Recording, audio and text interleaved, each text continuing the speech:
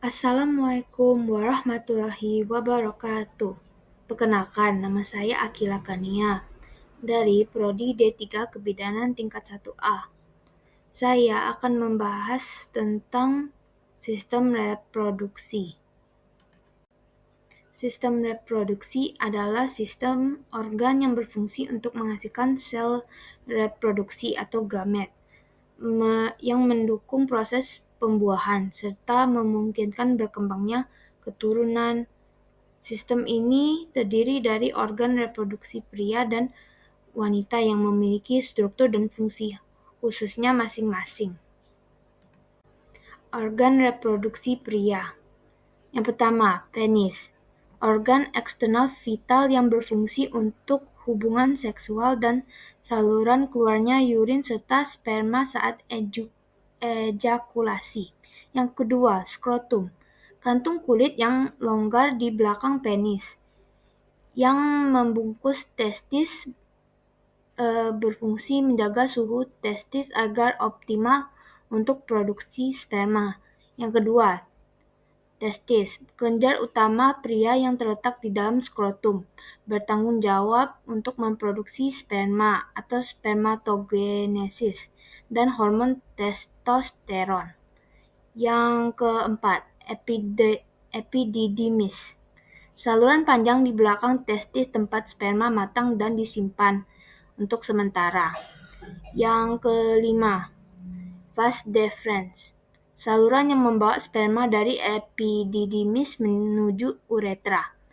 Yang keenam, kelenjar vesicula seminalis, prostat, dan kelenjar Cowper. Kelenjar-kelenjar ini menghasilkan cairan semen yang memberi nutrisi dan membantu transportasi sperma.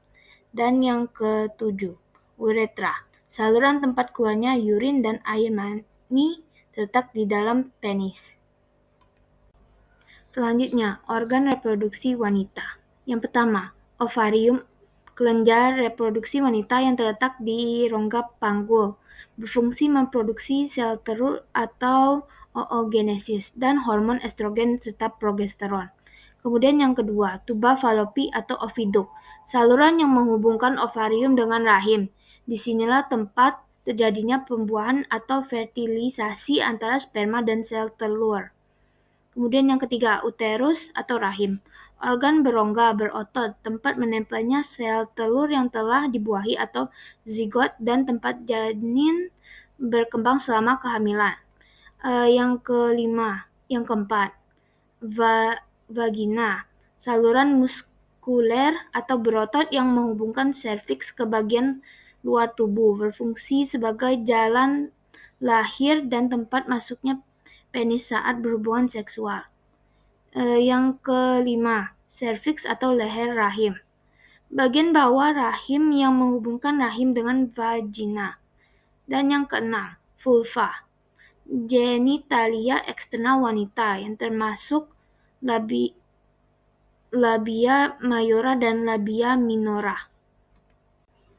Proses terjadinya kehamilan. Yang pertama, ovulasi. Setiap bulan, ovarium wanita melepaskan sel telur yang matang ke dalam tuba falopi, didorong oleh hormon reproduksi. Kemudian perpindahan sperma selama hubungan seksual. Jutaan sel sperma diejakulasikan ke dalam vagina, kemudian berenang melalui serviks dan rahim menuju tuba falopi untuk mencari sel telur. Kemudian fertilisasi atau pembuahan. Jika satu sperma berhasil menembus sel telur di tuba falopi, materi genetik keduanya bergabung membentuk sel tunggal yang disebut zigot. Proses ini biasanya terjadi dalam 24 jam setelah ovulasi. Kemudian perkembangan awal. Zigot mulai membelah diri dengan cepat menjadi banyak sel saat bergerak menyusuri tuba falopi menuju rahim, membentuk morula dan kemudian blastokista atau bola sel. Kemudian implantasi atau nidasi sekitar 6-10 hari setelah pembuahan. Blastokista menempel dan menembus dinding rahim atau endometrium, sebuah proses penting yang menandai dimulainya kehamilan. Kemudian perkembangan janin setelah implantasi berhasil, sel-sel mulai berdiferensiasi menjadi embrio dan plasenta, dan janin akan tumbuh dan berkembang di dalam rahim selama kurang lebih 40 minggu atau 3 trimester hingga siap untuk dilahirkan. Kemudian kesimpulan. Dapat disimpulkan sistem reproduksi terdiri dari organ reproduksi pria dan wanita yang bekerja sama untuk menghasilkan sel reproduksi dan memungkinkan terjadinya kehamilan. Pada pria, organ seperti testis, epididymis, dan prostat berperan dalam pembentukan serta pengangkutan sperma. Sedangkan pada wanita, organ seperti ovarium, tuba fallopi, dan uterus berperan dalam memproduksi ovum, menerima sperma, dan mendukung perkembangan janin. Kehamilan terjadi melalui proses ovulasi, pembuahan di tuba fallopi, pembentukan zigot, dan implantasi di rahim. Sistem reproduksi memungkinkan kelangsungan generasi dan merupakan bagian penting dari kehidupan manusia. Sekian dari materi yang saya bahas. Mohon maaf apabila ada kesalahan. Saya akhiri. Wassalamualaikum warahmatullahi wabarakatuh.